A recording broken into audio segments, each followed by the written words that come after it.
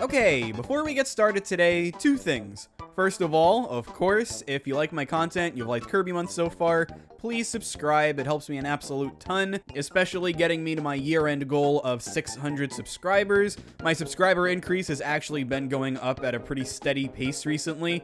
I like to think it's because of these intro gags that I like to do, but either way, thank you all so much. And second, today's game in question I've already kind of reviewed-ish as a collab on someone else's channel. I'll have that video linked in the upper right or wherever YouTube decides it's a good place to go. But go check out the collab I did with Random Bystander here if you want to hear more of what I have to say about this game after the video is over. While there's no doubt that I really love Kirby, would I seriously be doing all of this if I didn't? There's no doubt in my mind that I have a much larger attachment to the platformers than the spin-offs. Traditional or not, I always find myself gravitating more towards them than the games where Kirby tries a completely different style of genre. Not to say that these games are bad, but I like seeing the tweaks to the Kirby formula made because I love the base so much. Now, with that being said, there is one spin-off that's not a platformer that took Kirby's copy ability and put it in a genre of game I don't think anyone would associate with Kirby that I haven't covered yet. That being golf. Yeah, golf. Kirby's Dream Course is an odd one. I say that it's golf, but it makes so many tweaks to that game that I don't even know if it qualifies as golf anymore. Kirby golf, maybe. But to get that point out of the way now, Kirby's Dream Course changes so many things about golf. I enjoy playing it, but for any kind of sports game, I'd rather it feel less like the sport and more like a video game. Sure, you hit a ball in normal golf, but are there warp tiles? Can you jump backwards after doing an air shot? Will Kracko zap you if you get too close? Will you fall asleep if you run out of energy while playing with a friend? Okay, maybe that last one isn't such a big deal in real life. The rules of the game are similar enough. Get Kirby in the hole with as few moves as possible. Your goal, no matter what, is always a hole-in-one, possible or not. I'll get more into hole-in-ones specifically later, but what's unique about Dream Course is that the hole doesn't go in until every enemy, except for the last one, are defeated. In a sense, you have control over where the hole will appear. This makes routing your every move a unique and engaging process every time you play any hole. And I'm not just talking about trying to get the best numbers or speedrunning or the high-end stuff. Just playing the game normally always requires planning, and I love that. And the difficulty scaling is good too. The early courses are simple to clear with some basic planning, but the farther you get, the more insane the courses get. You really have to think outside the box for some of these. Getting a good score isn't the only reason you should plan well though. Kirby's Dream Course, unlike so many of the spin-offs that aren't platformers, brings in multiple traditional Kirby elements and blends them in with the game of golf. In this game, you have an energy bar straight from Kirby's Adventure. When you shoot, you use up 1 point of energy. You can get energy back by hitting enemies or landing Kirby in the hole. Use all of your energy and you lose a life. Lose all of your lives, game over. Of course, kinda like how golf feels totally different, this isn't just a Kirby game. Kirby's a platformer, of course, but even ignoring that, Kirby games don't often revolve around physics as much as this game does. The strength of your shot, the altitude of your bounce, the speeds in which Kirby moves depending on the terrain, stuff like that. The idea of a Kirby game having this stuff almost sounds funny, in a way, but because it feels like a Kirby golf game, an actual blend of these two different things, it makes it work. That's my favorite thing about the single player, hands down. This perfect blend of two things that you'd never associate with each other, outside of Ball Kirby kinda looking like a golf ball, I guess. It's just wonderful. The courses in this game are so cleverly built to work in both regards that it's almost hard for me to believe that this really is just an experimental spin-off. How do you make Kirby into golf? How do you make golf into Kirby? But okay, fundamentally, you can still boil a lot of this stuff down to golf. A really unique game of golf, but any of the Kirby elements so far have either been visual or not distinct Kirby. If you want something distinctly Kirby on the gameplay side, and of course I do, look at how long I've been gushing about gameplay in these videos, then the copy abilities have you covered. I remember when I first played this game, thinking it'd just be a Kirby-looking golf game. I couldn't believe when I got high jump for the first time, and it actually functioned like a copy ability. And the way that abilities are balanced in this game is just brilliant. Just like in Kirby, you get abilities from certain enemies. You get these abilities by hitting the enemies. Yes, this means that if the enemy becomes the hole at the end, you don't get that ability. And you're allowed to use them once per shot. So, say I have normal Kirby and I hit a wheelie. Now I have wheel and I can use it one more time until Kirby stops. Then, when I shoot again, I can use wheel one time until Kirby stops, rinse, repeat.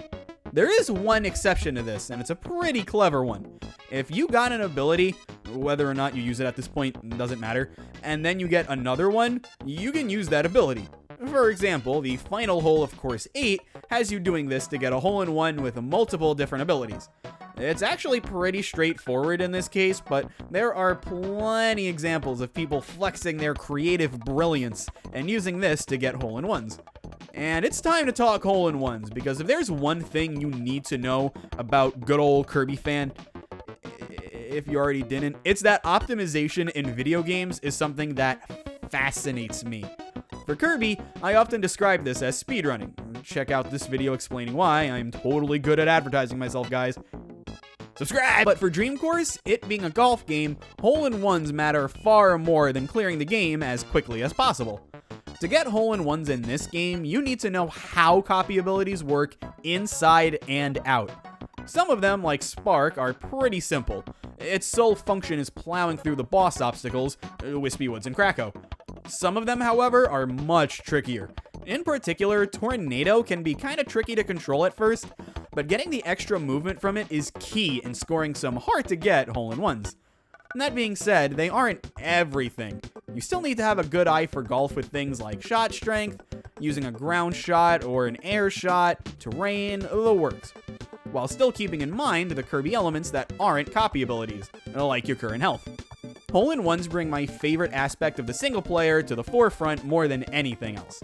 This wonderful, crazy blend of two totally different things that wouldn't work without a lot of thought going into how they could mix together to begin with, it feels like such a natural combination of these things once you get the hang of it, but if you've never played or heard of it, and you're just listening to some random Kirby fan gush about all of this, it might seem like someone was pulling ideas out of a hat, and this is just what we got. That being said, I did hint my big issue with the game just now. You have to get used to it. This game does have a learning curve, especially for the single player. At first, you're going to have no idea how far Kirby will go, depending on any level of strength that you put into the shot. You have to feel it out before you can get a good understanding of it, and there's just no way around that. And having to guess until you learn what levels of strength to do what is... it's not good design at all. At the very least, I don't think it takes a long time to get used to. If you feel it out for the first course, you should be fine. From there, the problem isn't not knowing what to do, it's figuring out how you have to do it to get the best score possible. This game does have a tutorial mode where you can experiment with this stuff. I never found it too helpful for things like shot strength, but I learned how the copy abilities worked from here, and they never gave me any kind of issue. Speaking of never giving me issues, I'm bad at segues. Kirby's Dream Course is a very pleasant looking game. I love the visual styles of all of the SNES Kirby games, or just the SNES in general, really. The sprite style on this console just really appeals to me. The music is really good too. Out of every Kirby game in the top 10, it's got the one soundtrack that I'm not in love with, but I still enjoy listening to the music a lot.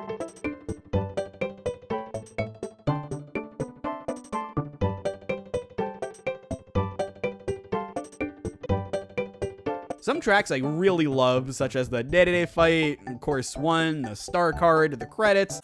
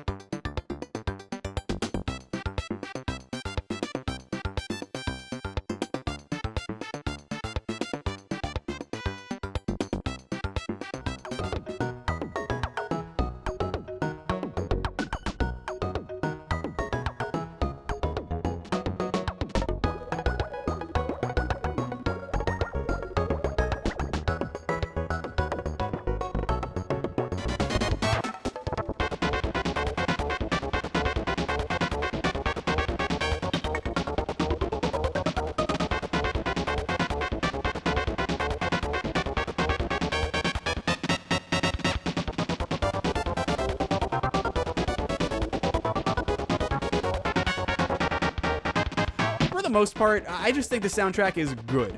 Maybe great. But after gushing over Amazing Mirror's soundtrack, you might have expected more. Expect more going forward. Trust me. With all of this being said, though, the competition here is tight. Would this game be top 10 with just what I mentioned above? Absolutely not. It would be somewhere between Epic Yarn and Battle Royale. Yeah, that much lower. So why is it at number 9? For the simple fact that this easily has the best multiplayer in any game I have ever played. I've talked about this many times in the past, but the way the multiplayer in this game was made is just genius. Unlike the single player and every other game of golf you're ever gonna play, the goal of this game is not to get a low score. Your goal is to get more stars than the other player. How do you get stars? By beating enemies and eventually falling in the hole. That part is similar enough. Where the major difference comes in is, well, the second player. When you beat an enemy, the star doesn't go away, it stays there. The other player can steal that star. So, if there are 3 enemy stars to get, plus the 2 stars you get for falling in the hole, player 1 can end their turn. Is that what you'd call it in this case, I guess? It's not an RPG, but I think that's the same idea. With 4 stars and end with 0. This is balanced by the fact that every enemy is placed in a way that stealing as many stars as you can is really, really hard.